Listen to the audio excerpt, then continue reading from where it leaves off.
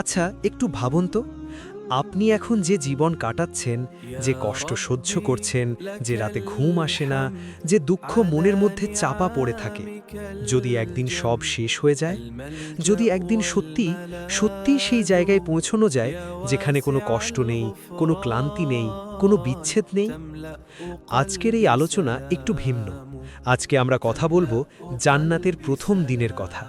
না, কোনো কল্পনার গল্প না, কুরআন ও সহিহ হাদিসের আলোকে একটি অবিশ্বাস্য, রোমাঞ্চকর, হৃদয় কাঁপানো বর্ণনা। আপনি কি প্রস্তুত? তাহলে চলুন শুরু করি। জান্নাতের প্রথম দিন বোঝার আগে একটু পেছনে যেতে হবে, কারণ যে মানুষটি জান্নাতে প্রবেশ করবে সে আসবে এক অকল্পনীয় যাত্রা পার হয়ে। হাসরের ময়দান, যেখানে প্রতিটি মানুষ আল্লাহর সামনে দাঁড়াবে। কুরআনে আল্লাহ বলেন, এবং তোমরা আমার কাছে একা একা আসবে, যেভাবে প্রথমবার তোমাদের সৃষ্টি করেছিলাম। সূরা আনআম 94। কোনো বন্ধু নেই, কোনো আত্মীয় নেই, সবাই নিজের হিসেব নিয়ে ব্যস্ত। রাসূলুল্লাহ সাল্লাল্লাহু আলাইহি ওয়াসাল্লাম বলেছেন, হাসরের ময়দানে সূর্য মানুষের মাথার 1 মাইল কাছে থাকবে।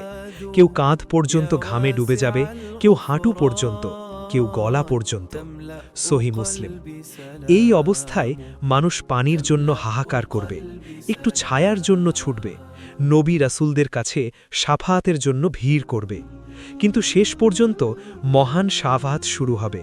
আমাদের নবী হযরত মুহাম্মদ সাল্লাল্লাহু আলাইহি ওয়াসাল্লাম মাকামে মাহমুদে দাঁড়িয়ে আল্লাহর কাছে কাঁদতে থাকবেন। বিচার শুরু হবে।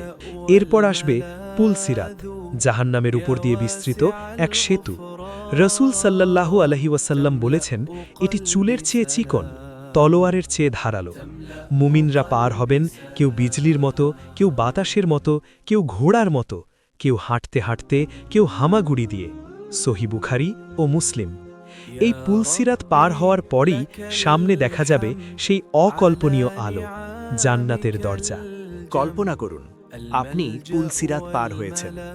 সমস্ত হিসেব নিকেশ শেষ। আপনার আমলনামা ডান হাতে দেওয়া হয়েছে। আপনি জানেন আপনি নিরাপদ। সামনে দিগন্ত জুড়ে একটি দরজা, না, একটি বললে ভুল হবে, 8টি দরজা। রাসূলুল্লাহ সাল্লাল্লাহু আলাইহি ওয়াসাল্লাম বলেছেন, জান্নাতে 8টি দরজা রয়েছে। একটি দরজার নাম রাইয়ান, যা দিয়ে শুধু রোজাদাররা প্রবেশ করবে। সহিহ বুখারী। প্রতিটি দরজার মাঝের দূরত্ব কত জানেন? রাসূল সাল্লাল্লাহু আলাইহি ওয়াসাল্লাম বলেছেন, একটি দরজার 2 পাল্লার মাঝের দূরত্ব যেন মক্কা ও হাজর এর মধ্যবর্তী পথের সমান। এত বিশাল। এবং তখন ফেরেশতারা এগিয়ে আসবেন। কোরআনে আল্লাহ বলেন, তারা সেখানে প্রবেশ করবে। ফেরেশতারা তাদের অভিনন্দন জানাবে প্রতিটি দরজায় দরজায়, সালামুন আলাইকুম, শান্তি তোমাদের উপর, তোমরা পবিত্র ছিলে, তোমরা ধৈর্য ধরেছিলে, তোমরা চেষ্টা করেছিলে, এই জান্নাত তোমাদের পুরস্কার। এই কথাগুলো শুনলে কি মনে হয় না দুনিয়ার সব কষ্ট এক মুহূর্তে মিলিয়ে যাবে? এখন সেই মুহূর্ত। আপনি পা রাখলেন জান্নাতে, প্রথমে কি অনুভব করবেন? রাসূলুল্লাহ সাল্লাল্লাহু আলাইহি ওয়াসাল্লাম বলেছেন, জান্নাতীরা জান্নাতে প্রবেশ করার পর তাদের সমস্ত দুঃখ, কষ্ট, রোগ, পরিশ্রম সব ভুলে যাবে। একটি মাত্র ডুব দেওয়া হবে নিয়ামতে, এবং সে জিজ্ঞেস করলে বলবে, আল্লাহর কসম, আমি জীবনে কোনো কষ্টই পাইনি, কোনো দুঃখই ছিল না। সহিহ মুসলিম। একটু চিন্তা করুন, আপনার জীবনের সব কষ্ট মনে আছে? সেই রাতগুলো, সেই কান্না, সেই একাকিত্ব? জান্নাতে পা রাখার সাথে সাথে সব মুছে যাবে, একদমই মনে থাকবে না। শুধু থাকবে এক অপার্থিব আনন্দ। এবং তারপর আপনি চোখ তুলে তাকাবেন। আপনি কি জানেন জান্নাতে আপনার জন্য একটি বাড়ি অপেক্ষা করছে? এবং সেই বাড়ি আপনার দুনিয়ার কর্ম অনুযায়ী তৈরি হচ্ছে এই মুহূর্তেই। রাসূলুল্লাহ সাল্লাল্লাহু আলাইহি ওয়াসাল্লাম বলেছেন, জান্নাতে একটি ইট সোনার, একটি রূপার, মাটি কস্তুরী দিয়ে তৈরি, পাথর মুক্তা ও ইয়াকুত, ঘাস জাফরান। তিরমিজি, হাসান।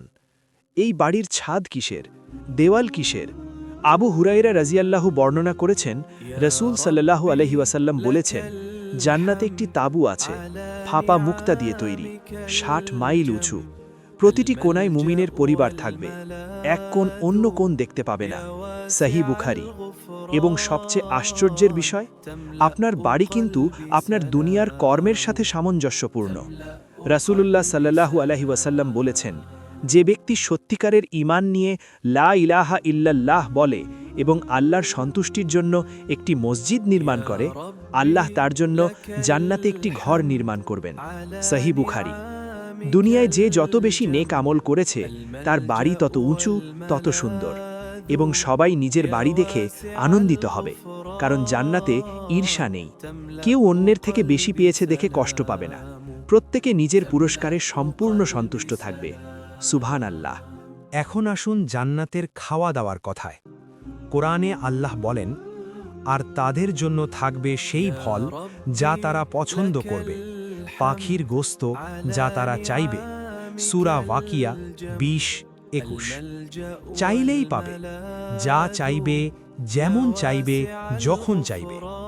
রাসূল সাল্লাল্লাহু আলাইহি ওয়াসাল্লাম বলেছেন, জান্নাতে আঙিরের থোকা এতটাই বড় যে একটি থোকা খেতে চাইলে একজন মানুষের পক্ষে একা শেষ করা সম্ভব না, এবং জান্নাতের ফল কখনো শেষ হবে না, কখনো পচবে না। একটি কামড় দিলেই আবার গজিয়ে উঠবে। কোরআনে আল্লাহ বলেন, এর ছায়া তাদের উপর বিস্তৃত থাকবে এবং এর ফলমূল তাদের নাগালের মধ্যেই থাকবে। সূরা ইনসান 14। এখন পানীয়ের কথা বলি। আল্লাহ তাআলা কোরআনে 4টি বিশেষ নদীর কথা বলেছেন। জান্নাতে নদী আছে দুধের, যার স্বাদ কখনো পরিবর্তন হবে না। নদী আছে মদের, যা পান করতে আনন্দ হবে। নদী আছে বিশুদ্ধ মধুর। সূরা মুহাম্মদ 15। কিন্তু সবচেয়ে বিশেষ পানীয় কি? কাউসার নহর।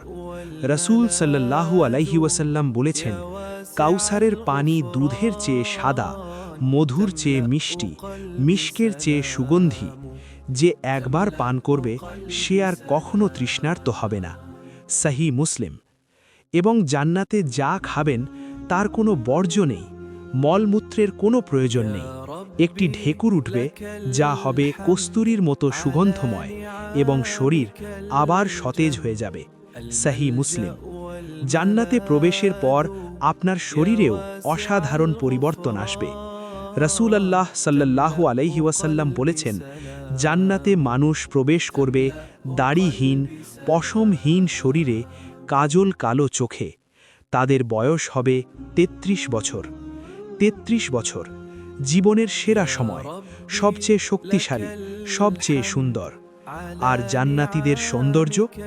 রাসূল সাল্লাল্লাহু আলাইহি ওয়াসাল্লাম বলেছেন, জান্নাতের নিম্নতম মর্যাদার মানুষটিও পাবে 10 গুণ পৃথিবীর সমান রাজত্ব।